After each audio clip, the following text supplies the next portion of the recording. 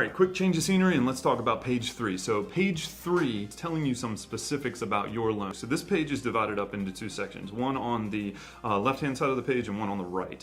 On the right-hand side of the page, what you have is just a reiteration of how the escrows are breaking down. What we're going to talk about is everything that flows down the left-hand side of the page. Under the words additional information about this loan, what you've got is a specific little black box up there that says loan disclosures. The first category they're going to cover is the assumption of the loan. Assumption is typically only going to take place in one of 2 or 3 instances, and typically that's where you have a FHA or a VA-backed loan to where the person, if they get into credit trouble or something like that, may need to have assistance in getting them out from under the loan before it goes into foreclosure.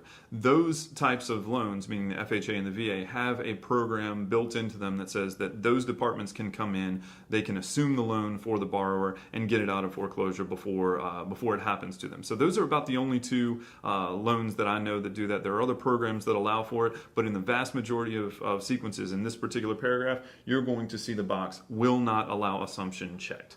The next section talks about the demand feature on a loan. And what a demand feature is there a way for the lender to demand their money back from you any faster than what you've promised them? So in the vast majority of cases, a 30-year fixed, a 15-year fixed, the lender cannot ask for their money back any faster than the amount of time that they've allotted for the loan, meaning in monthly payments across 30 years, so 360 payments there, or in monthly payments across the 15 years. The next section talks really briefly about what a late payment looks like, and in most cases it's 3 or 4% of the principal and interest if you're paying outside of the 15-day time period that they give as a grace. So in most residential home mortgages, you're going to see that if you pay after the 15th day of the month, you have a 15-day grace there with which you can pay from the 1st to the 15th. But if you pay after that 15th day, they're going to take 4% of the principal and interest as a penalty. The next section is negative amortization. And negative amortization talks specifically about whether or not this loan is going to charge you any interest upon interest, or if it's just going to be interest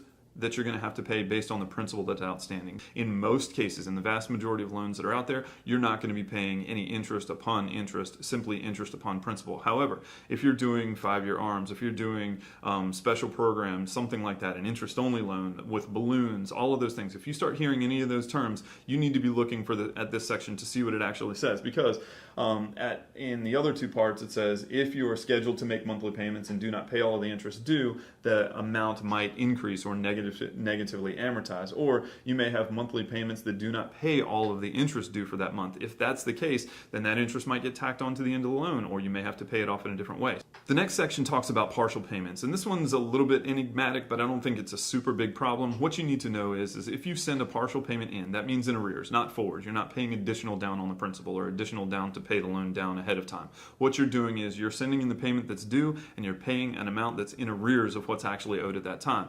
There's a few things that they can do with it. They're labeled out in this section. One says they're just going to flat out reject it. The other one says that they may accept it and put it towards your loan, but they're going to then somewhere down the line ask you what's going on with the rest of that. The third thing that they might very well do is put it in a separate account and hold it separate in that account to say, hey, where's the rest of the money, and then send it back to you in full if you don't get it. The final thing that you need to understand is there is going to be a security interest that is given on this property, and the property address is typically listed in this block where you see the word security interest. By receiving the deed, you're going to own the property, and then shortly after that, you are going to grant the security interest to the lender in that property. So you're the one that's going to be giving them the interest in that property to be able to come and take it away from you if you don't pay. So that's what it's talking about in this little tiny paragraph at the bottom of page 3. And what is right underneath that, not in bold or anything, but is very important, it says you may lose this property if you do not make your payments or satisfy your obligations under this loan. That is what they're talking about in a security interest. From the moment you file that deed of trust or mortgage, it is a pay to stay proposition. That bank is going to make sure you pay, and if you don't, they're going to foreclose on it and take the property back away from you. All right, so next we're going to move on to what I like to call the big, bad, scary page. I call it the big, bad, scary page just because you get to see all of the large numbers up in front of you about what's going on. So on any given loan, what they're going to do in this top part under loan calculations, it's on the left-hand side of the page, they're going to give you a breakdown of what this loan that you're taking out looks like at the very end, meaning if you've taken a loan for 30 years at a fixed rate, you're paying it and you pay it straight on to the end of those 30 years, what's going to happen is you will have paid a total amount of principal and interest to them. And that's why I call it the big bad scary page, because you're walking in borrowing $214 and you're looking at the end saying by that time I will have paid off almost $400,000.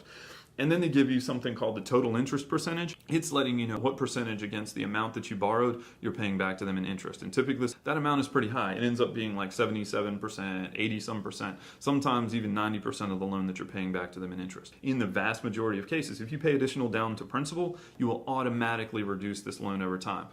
Right underneath the loan calculations is the place where you see the contact information for the lender, for any realtors that were involved, for the closing agent. That's where you're going to be able to go and reference back to them just in case you have any questions and those types of things. So, with that being said, that covers all pages of the document. Hopefully this video has been informative to you. We ask that if you like the content of this video, please hit the like button. And if you're enjoying the content that you're seeing here on this page, we would really like you to hit the subscribe and hit the notification button, because we are going to be sending out more content. So hopefully it will be something that you can use moving forward in your closing coming up soon.